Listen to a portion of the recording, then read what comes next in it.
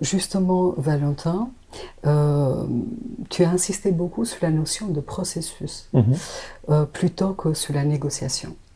En quoi cette notion de processus est-elle le principal levier de création de valeur?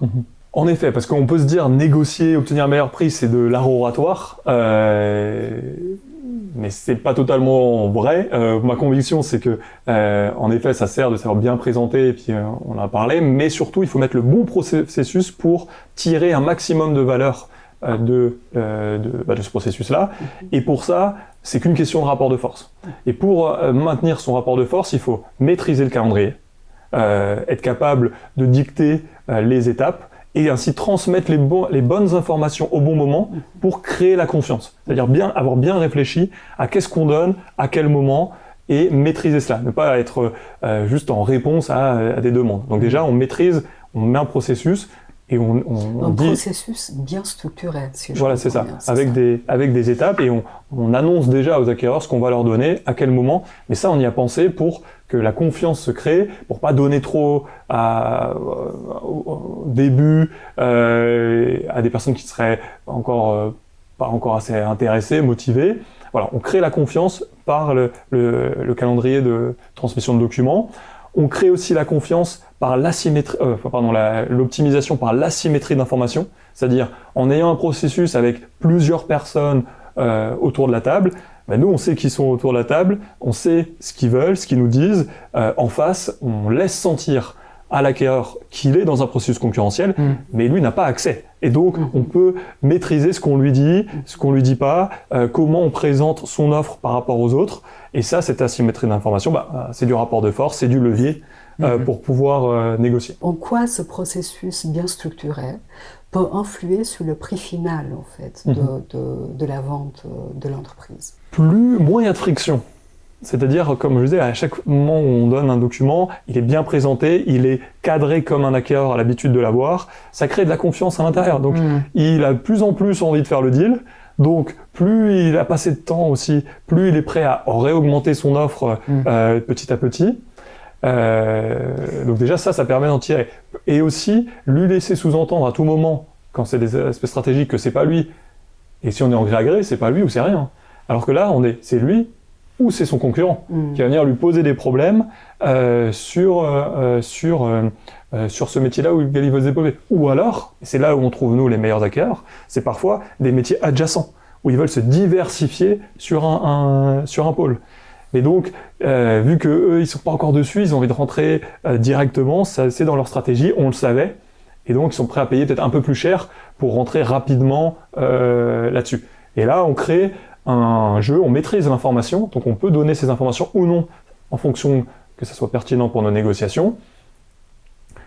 Et ainsi, petit à petit, les offres augmentent et le prix est optimisé. Finalement, ce processus, c'est encadrer les différents temps de l'intervention dans des étapes avec des timings bien précis pour que ce soit le dirigeant qui ait la maîtrise du calendrier et ne pas se laisser embarquer par le calendrier de l'acquéreur qui à un moment va être intéressé, puis va ralentir parce qu'un acquéreur peut aussi être sur un deuxième projet. Ça nous est arrivé de voir des acquéreurs intéressés, puis ensuite ils le sont moins parce qu'ils étaient sur un autre projet. Ce que je retiens aussi, c'est que quelque part aussi le fait de recourir à un banquier d'affaires peut être un élément de sérieux vis-à-vis de l'acquéreur, parce que l'acquéreur sait ce qu'implique l'acceptation d'un mandat de cession par un banquier d'affaires. Donc quelque part, c'est déjà c'est un élément de sérieux et non pas un élément de détresse. Peut-être que le dirigeant peut se dire non, mais moi, si j'ai besoin de recourir à quelqu'un, c'est que je vais envoyer un signal que je ne peux pas le faire seul. Mais à la fois, c'est montrer à l'acquéreur que le dirigeant a déjà su convaincre un acteur sérieux de la transaction. Parce que avant de convaincre un acquéreur, il faut aussi convaincre un professionnel d'être accompagné. Et Valentin l'a exprimé, il n'y a pas de course au mandat en la matière. Et donc ça, je pense, c'est aussi un aspect que les dirigeants doivent intégrer, c'est se faire accompagner, c'est un élément de crédibilité, c'est pas un élément de fragilisation. Ça viendrait pas à l'idée d'un dirigeant de signer seul l'acte de cession. Voilà, et ça peut être pareil pour le processus global en tant que tel. Et je reviens là sur l'impact du processus sur la création de valeur. C'est que finalement vous mettez, les informations sont données de manière identique à plusieurs candidats intéressés, et ça vous permet même de voir comment les gens, différentes personnes réagissent à une même info. Et donc ça peut aussi vous donner des indices sur la façon dont ils pourraient se comporter pour la suite de l'opération. On peut identifier leurs réponses, leur rapidité. En fait, on a accès à plein d'informations, et c'est cette capacité de mettre de multiples acquéreurs autour de la table, sachant qu'encore une fois, le dirigeant peut le faire seul, mais de un, il va quand même pas contacter son concurrent avec lequel il bataille tous les jours pour lui dire cela. C'est bien qu'il y ait un petit filtre et qu'au début il y ait de la confidentialité, on peut pas discuter anonymement de dossiers, mais ensuite voilà, il a accès à un gros pool d'acquéreurs, ce qui lui permet d'avoir de la concurrence. Et par la concurrence, forcément, on crée du rapport de force et on crée de l'augmentation de prix. Et justement, quand on échangeait comme ça, je sais que sur un dossier, alors là on avait parlé au début de la confrontation où souvent le dirigeant vient avec des prétentions de prix plus élevées que peut-être la réalité de ce qu'il peut obtenir. Mais tu m'as fait part d'un cas inverse où tu as obtenu à la fin beaucoup plus que ce que le dirigeant pensait pouvoir obtenir au début. Tu peux nous en parler ? Oui, bien sûr.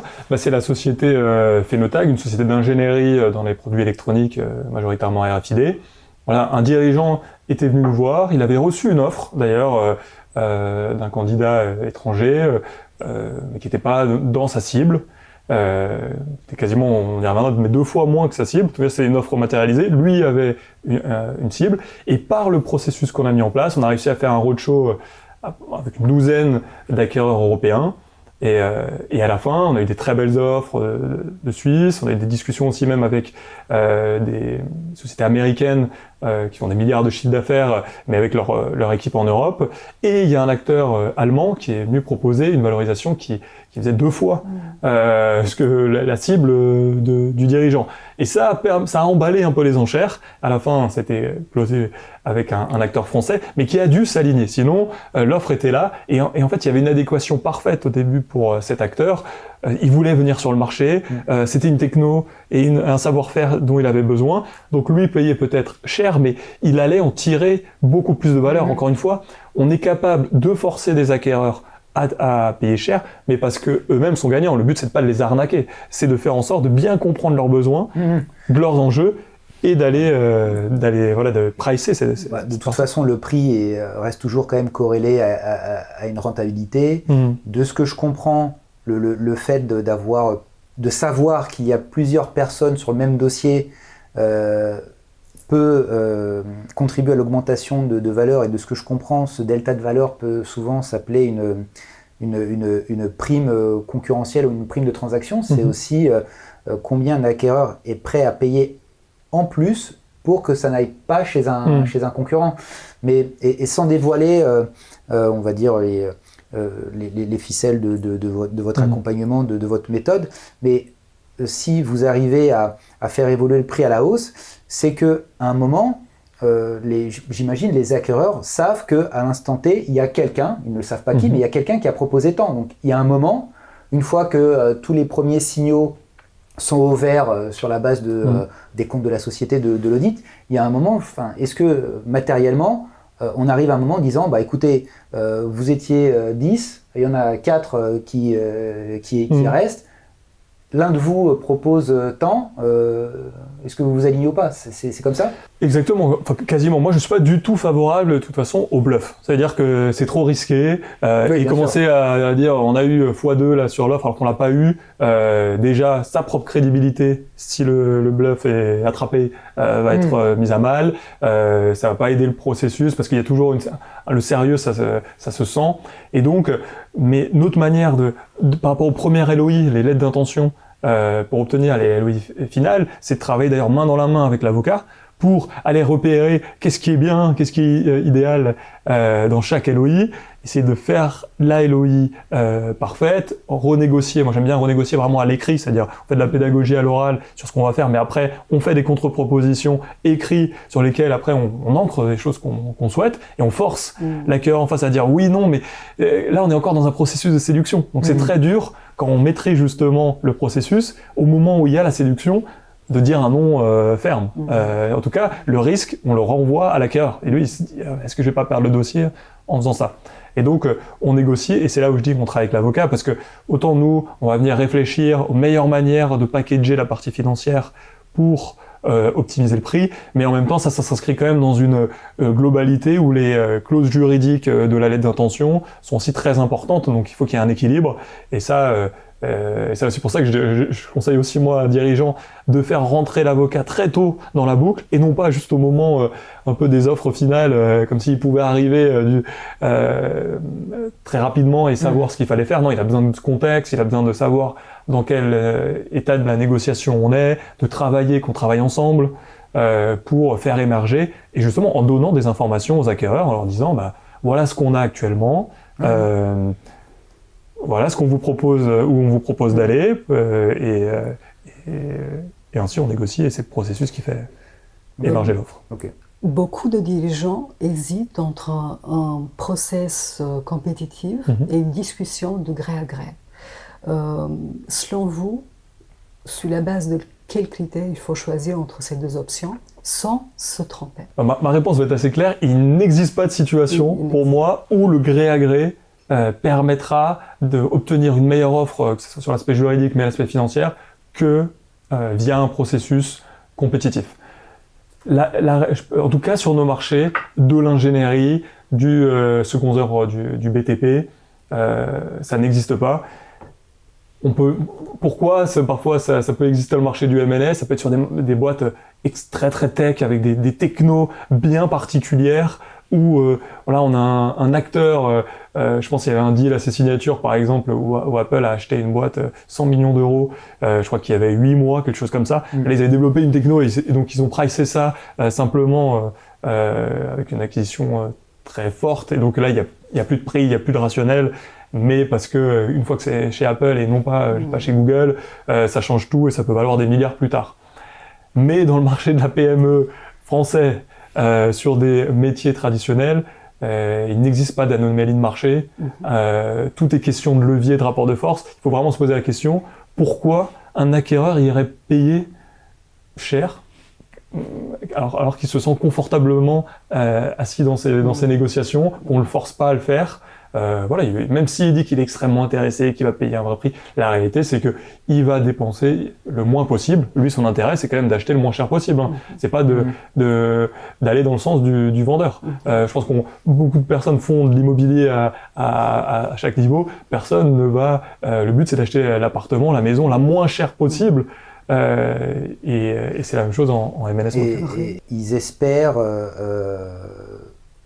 impressionner, en tout cas valoriser, parce que ça flatte l'ego quand on est un dirigeant, et de recevoir une marque d'intérêt d'un acquéreur industriel, souvent, enfin qu'on connaît parce qu'on peut opérer dans le même secteur. Est-ce que tu intègres également dans ton mandat les acquéreurs qui se sont déjà identifiés eux-mêmes? C'est-à-dire que accompagner un dirigeant, ce n'est pas seulement auprès d'acquéreurs qu'il n'aurait pas identifié en amont, mais si il a déjà une marque d'intérêt, ça justifie également qu'à un moment ils disent à la personne « Très bien, on va poursuivre, mais maintenant on va échanger également avec Valentin pour la suite du processus. » Est-ce que tu as également des dirigeants qui viennent te voir en disant « Voilà, j'ai 7 acquéreurs, un seul, qui a déjà fait une marque d'intérêt. » Toi, dans ce genre de configuration, est-ce que tu dis aux dirigeants, on va faire un processus avec celui-ci et on va essayer d'en rajouter 2 ou 3? Enfin, comment tu gères ce cas? C'est une super question parce que ça nous arrive tout le temps. Et encore une fois, c'est quand je disais en introduction, c'est bon signe. C'est-à-dire qu'il y a de l'intérêt. Maintenant, un acquéreur aura toujours un mois et ça lui fera passer le bon message de dire. Alors le dirigeant dira je suis ravi des discussions, ça m'intéresse et on peut continuer à parler d'un point de vue opérationnel. Maintenant d'un point de vue transactionnel, je vais vous mettre en relation avec mon avocat, avec mon banquier d'affaires, ils vont gérer les discussions et nous on peut arriver à dire ah non, attendez, pour l'instant on ralentit, on va vous transmettre quelques informations, on va aller voir d'autres personnes, et on les remet dans un processus classique parce que il faut pas se faire avoir par le côté non mais vous inquiétez, on va faire la meilleure offre, et puis elle arrive, et puis ils essayent de loquer avec une LOI qui vaudra pas grand chose, mais par contre qui aura une exclusivité très longue par exemple. Et il faut se mettre aussi, encore une fois, à la place de ce qu'on peut ressentir. Si en face de nous, en plus, on a un dirigeant qui dit non mais on va faire le processus, vous êtes mon premier choix, mais faisons quand même un processus. Et ben l'acquéreur va se sentir d'autant plus que c'est sérieux, et s'il veut véritablement, de toute façon, la société, il va suivre le processus, être très rapide, faire des offres, mais on l'intègre comme les autres. Et là, c'est pour ça que c'est important après peut-être solliciter un banquier d'affaires qui a l'habitude du secteur, parce qu'il est capable d'aller rapidement refaire les bons documents, vérifier que la société, tout est clean, quels sont les autres acquéreurs, parce que si on en met, qu'une dizaine en plus pour faire un process rapide, et qui sont ceux qui pourraient être intéressés. Mais en tout cas, moi, ce que je conseille, c'est respecter l'intérêt, mais pédale de frein, aller voir son avocat, laisser la partie transactionnelle à ses conseils, garder l'aspect opérationnel, fil dirigeant avec le dirigeant pour justement continuer à créer de l'intérêt, non pas que des discussions froides de conseillers, mais aussi de l'intérêt opérationnel, mais on les réintègre dans le processus, et j'en suis persuadé, ça fera sortir la meilleure valeur. Ça veut dire que, et ça c'est intéressant, oublions même le côté processus compétitif. Finalement, peut-être l'un des avantages premiers à recourir à un banquier d'affaires, c'est que ça va ouvrir deux canaux de discussion. C'est-à-dire que le dirigeant, lui, va garder un peu le canal humain et business avec son homologue, qui va être le dirigeant côté acquéreur, et le banquier d'affaires va prendre en charge, avec les autres conseils, le canal de communication un peu plus transactionnel, ce qui peut permettre un peu peut-être de dépassionner certains débats, ou en tout cas de les séparer, et d'avoir un canal aussi parfois officieux de discussion entre dirigeants, et un peu plus formel. Et ouais, peut-être parce que je trouve ça intéressant, je vais réagir. Et dans les faits, ça permet aussi d'aller tester les limites de la négociation possible. Ce que je veux dire par là, c'est que le banquier d'affaires, lui, il peut aller négocier jusqu'au maximum, quitte à peut-être passer une petite ligne où ça crée, ça brusque un peu l'acquéreur, parce qu'on sait qu'à tout moment, le dirigeant peut reprendre la main et dire « Non mais mon banquier d'affaires fait n'importe quoi, c'est pas ce que je leur avais demandé, non, l'offre », et revenir sur des discussions. Il y a toujours cette possibilité-là, et c'est ce qui permet aussi d'aller, que le banquier d'affaires puisse un peu négocier durement, parce qu'il y a cette option-là. Et à quel moment de ce processus il faut faire intervenir un avocat? Je suis convaincu que c'est même au tout début, au moment des réflexions, pour qu'on puisse créer le deal idéal. On l'avait vu dans nos discussions, même l'aspect fiscalité peut avoir des impacts, soit sur le patrimoine, sur le cash de la société. Ça peut avoir des impacts parce qu'il y a des petits sujets d'inquiétude et des impacts non financiers, mais qui peuvent créer de la friction ou de l'incertitude pendant le process. Le fait de les lever en amont, et ce que je disais depuis le début, plus on fluidifie, plus on facilite les discussions, plus on crée de la confiance, plus les prix seront élevés. Donc ma conviction, c'est le plus tôt possible, qu'on travaille ensemble, que aussi le banquier d'affaires et avocat travaillent bien ensemble, parce que pour avoir ainsi, je pense, le plus juste conseil auprès du dirigeant sur les offres qu'on reçoit, et puis après, travailler ensemble sur la négociation. Ça, c'est souvent plus classique. La réalité, on le voit en small cap, parfois les dirigeants veulent attendre la réception des lettres d'intention pour faire venir un avocat, pour des enjeux parfois simplement d'honoraires. Et donc il faut trouver la bonne option, parce qu'un avocat qui débarque au moment des LOI, il fait souvent très bien son travail, on le voit, mais il a moins de contexte. Et ça, en fait, et on est tous confrontés à ça, c'est déjà, c'est en fonction de qui est sollicité dans la chaîne d'interlocuteurs. C'est-à-dire que si c'est le banquier d'affaires qui est sollicité en premier dans le cadre de ce projet, c'est à lui, dans ses premières analyses, d'identifier s'il y a un besoin de faire intervenir, par exemple, un fiscaliste pour déjà structurer ou préparer la société. Parce que la société peut ne pas être tout de suite vendable, non pas pour des questions opérationnelles ou de rentabilité, mais parce qu'il peut y avoir des sujets intra-groupes ou des éléments qui font que la société n'est pas bien isolée.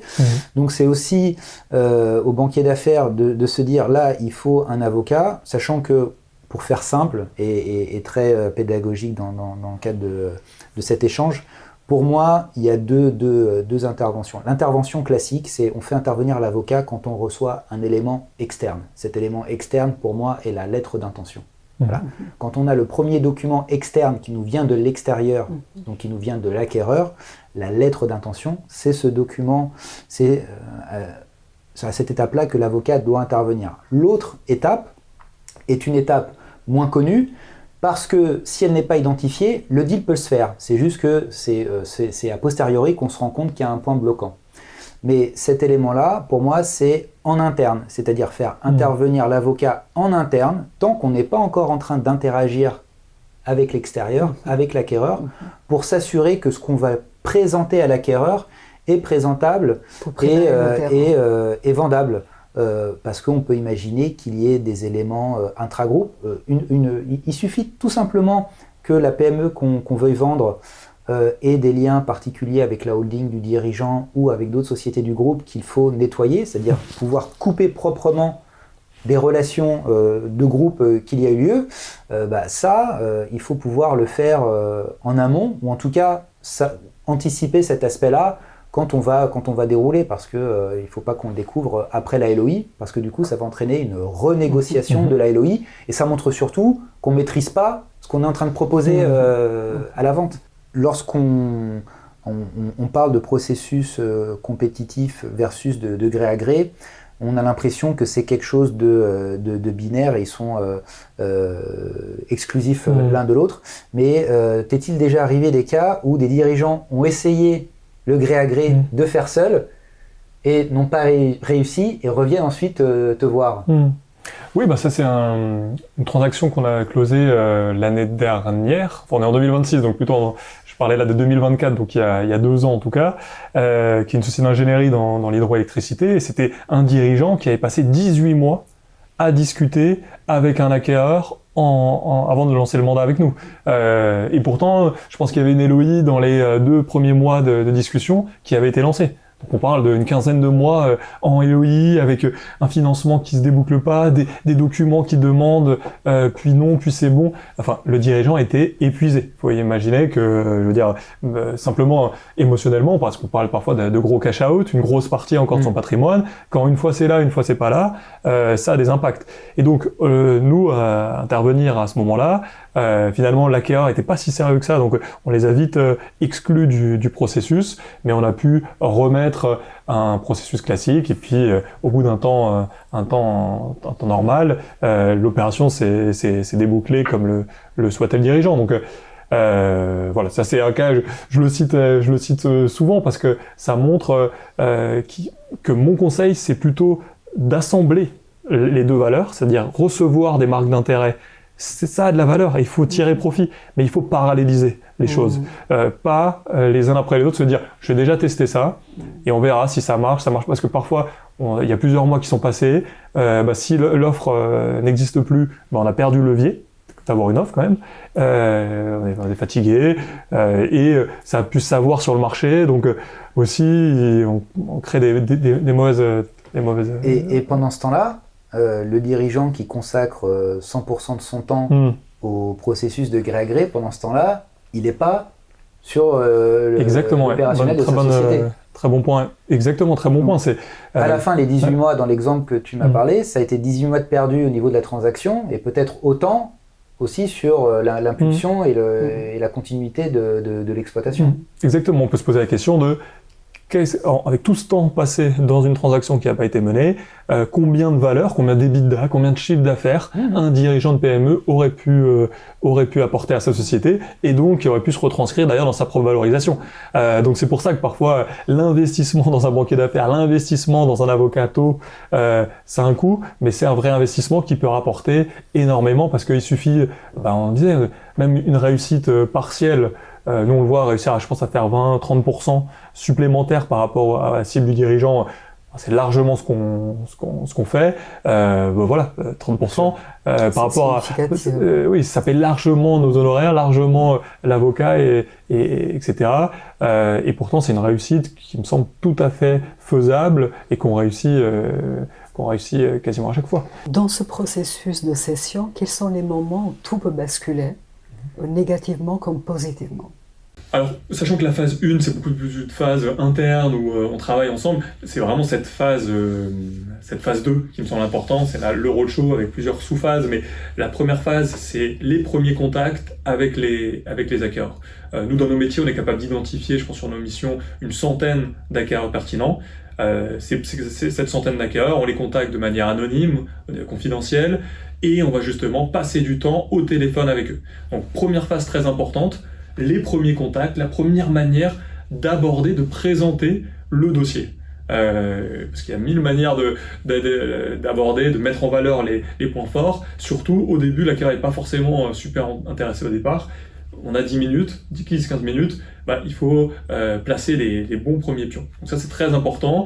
Et surtout que si on aborde le sujet avec la mauvaise personne aussi, on peut avoir un acquéreur qui dit non, ça m'intéresse pas, parce qu'en fait, c'est pas vrai, le MLS, c'est pas vraiment son sujet.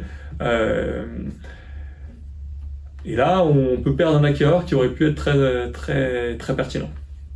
Deuxième sujet, deuxième point important, je pense que c'est ce qu'on appelle le roadshow dans sa réalité. On appelle ça souvent, ça c'est les réunions dans les management press. Donc c'est la réunion entre les acquéreurs et le dirigeant.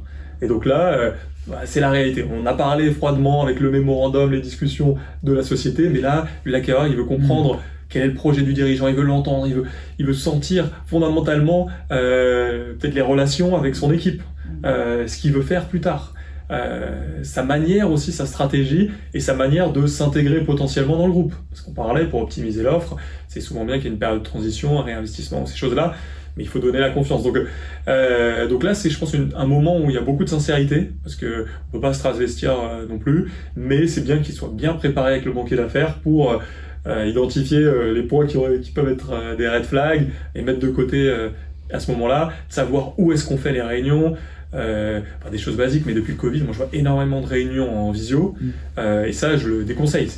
Il faut prendre même si on a en région, même si l'acquéreur dit ah non, on peut faire une première visio, c'est qu'il est alors peut-être pas intéressé. Un acquéreur vraiment intéressé, il prend le train, il prend sa voiture, il vient.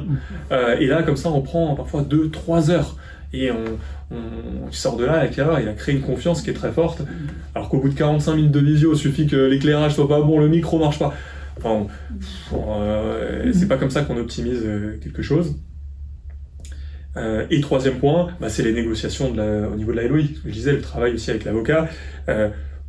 Pour passer de ces V1, des documents V1 qui valent ce qu'ils valent, mais où les acquéreurs tentent des choses aussi, à une version finale, bien construite, bien cadrée, avec des conditions financières optimisées, et de savoir pourquoi on donne une exclusivité. Parce que là, à ce moment-là, c'est aussi nous qui prenons un petit risque, on choisit un acquéreur à qui on donne une exclusivité, faut savoir pourquoi on la donne, qu'est-ce qu'on a négocié, qu'est-ce qu'on demande en contrepartie. Donc, moi, je sais pas ce que t'en penses, mais c'est les trois aspects qui... Non, mais effectivement, en fait, c'est chaque étape doit être franchie, et chaque étape peut être aussi une voie de sortie. Donc, en fait, c'est... allez, en revanche, on peut considérer que, effectivement, normalement, si la LOI a été bien travaillée, c'est un document cadre dans lequel on peut déjà mettre sur la table beaucoup de points, beaucoup plus. Avec l'aide d'un avocat. Exactement. Si l'audit se passe bien et si l'acquéreur retenu confirme son prix, on peut estimer que passer cette étape-là, quand on passe finalement à la phase de rédaction du SPA, même s'il y a encore le closing, on est quand même bon. Donc effectivement, il y a encore des portes de sortie vers la fin, notamment s'il y a des conditions suspensives qui ne sont pas levées, mais disons qu'il y a, les premières parties sont un peu plus critiques, mais c'est pour ça que s'entourer permet aussi d'identifier plus vite dès le début ce qui peut causer la sortie plus tard, parce qu'au début le dirigeant ils vont stopper dans les mains sur les grands principes opérationnels, mais eux-mêmes parfois ne sont pas conscients de points de blocage qu'il peut y avoir, qui peuvent ne pas être soulevés par le dirigeant, qui peuvent être aussi tout simplement soulevés par le conseil de l'acquéreur aussi. Forcément, la réussite d'une transmission, là on est en train de parler du couple opéré entre le dirigeant et le banquier d'affaires, mais l'autre couple qui doit bien fonctionner, c'est entre le dirigeant et son conseil.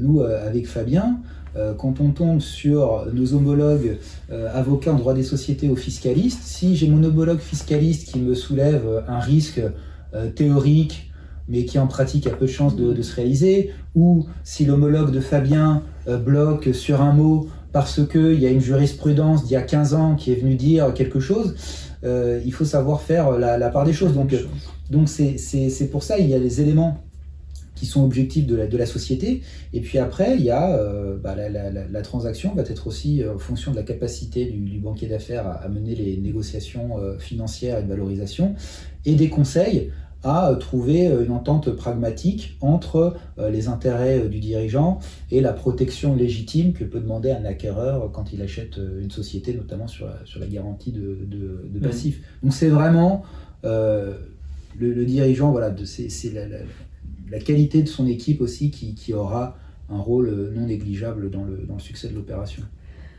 Si un dirigeant ne devait retenir qu'une seule chose avant de se lancer dans ce processus de cession, dans cette opération de cession, laquelle serait-ce selon vous? Valentin et ensuite Rui. Ce que j'en retiens, moi, c'est que l'élasticité prix d'une PME est considérable. Et donc, encore une fois, pour le patrimoine de la société, c'est très important d'investir dans son processus, de l'optimiser. Un dirigeant va passer quand même des années à aller travailler très dur, optimiser chaque élément de charge, aller aussi décortiquer sa génération de chiffre d'affaires pour l'optimiser. Je trouve ça très dommage d'aller faire un processus un peu passif, c'est-à-dire en attendant les offres, nous préparer, nous optimiser, alors que oui, optimiser son EBITDA, ça va pouvoir lui faire gagner un certain montant, mais optimiser son processus, comme on dit, ça peut faire doubler sa valorisation et avoir un impact encore plus considérable là-dessus. D'autant plus qu'il y a l'aspect financier, on en a parlé, mais c'est aussi vrai sur qui sera l'acquéreur. Et donc, comment sa société va poursuivre, va continuer à grandir, est-ce qu'elle va rester autonome, lui laisser le choix, en fait, en étant allé voir assez d'acquéreurs différents pour qu'il ait un vrai choix pour lui et ses équipes, pas que financier, mais justement dans la continuité de son activité, c'est très important. Donc, voilà. Peut-être de la même façon que le dirigeant a pu être amené souvent à faire des plans de développement pluriannuels dans le cadre du développement de sa société, il peut arriver un moment où il va ouvrir un plan pluriannuel de cession. Donc je pense que naturellement la réflexion doit être amorcée quand on n'en a pas vraiment besoin. Mais un plan, quand je dis plan pluriannuel, ça peut être se dire, bon, j'ai un certain horizon devant moi et dérouler quelques grandes étapes. Les premières étapes, ça peut être tout simplement commencer à échanger avec des entrepreneurs qui sont passés par là, demander l'avis de son expert comptable, de son avocat fiscaliste. C'est commencer en fait à s'imprégner de retours d'expérience, d'éléments pour identifier sur la base des expériences des autres. Ça permet de mettre en perspective sur la base des expériences des autres, comment les autres ont fait, parce que l'avocat, l'entrepreneur, le collègue entrepreneur va pouvoir lui faire part de ce que lui a perçu. Et nous aussi, en tant qu'avocat, en tant que professionnel, on peut faire part à notre client qui nous interroge des expériences acquises auprès de nos autres clients, les retours d'expérience, alors naturellement en gardant la confidentialité, et ça permet aussi de nourrir le dirigeant en se disant je vais tâter un peu le terrain pour voir si ce que je vais recevoir de mon entourage professionnel résonne avec ma situation. Peut-être que les retours qu'il aura à l'instant T vont être plutôt de retour de personnes qui disent non mais c'est pas encore mon cas parce que je suis dans telle situation, ou au contraire il va se dire bah, c'est vrai que là ce qu'on m'a raconté je me reconnais dans cette histoire et c'est ce qui va l'amener à creuser. Mais je pense qu'avec Valentin on est d'accord, c'est finalement c'est quand on n'est pas pressé, quand on n'en a pas vraiment besoin qu'il faut commencer à ouvrir le sujet, sachant que on peut décider une année d'amorcer cette réflexion et de ne l'engager vraiment que plusieurs années plus tard. Au cabinet, on a accompagné un dirigeant d'entreprise qui avait amorcé sa réflexion 4 ans auparavant, et à l'intérieur de ces 4 années, il avait eu un premier intermédiaire avec qui ça ne s'était pas fait, et il en a eu un deuxième. Donc ce qu'il faut comprendre, c'est que l'anticipation, on anticipe non pas parce que ce qu'on veut faire est compliqué, c'est on anticipe parce que ce qu'on veut faire la première fois pourra peut-être échouer en fait. Donc c'est aussi se donner le moyen de faire une première phase qui n'aboutit pas, parce que ça reste quand même des opérations très complexes. Mais voilà, mais retenir que on peut amorcer une réflexion sans enclencher le processus. Exactement. Merci beaucoup Rui, merci beaucoup Valentin pour cet échange enrichissant, et j'espère avec des conseils utiles pour les dirigeants. Merci à vous. Merci. Merci Valentin, merci Sophika.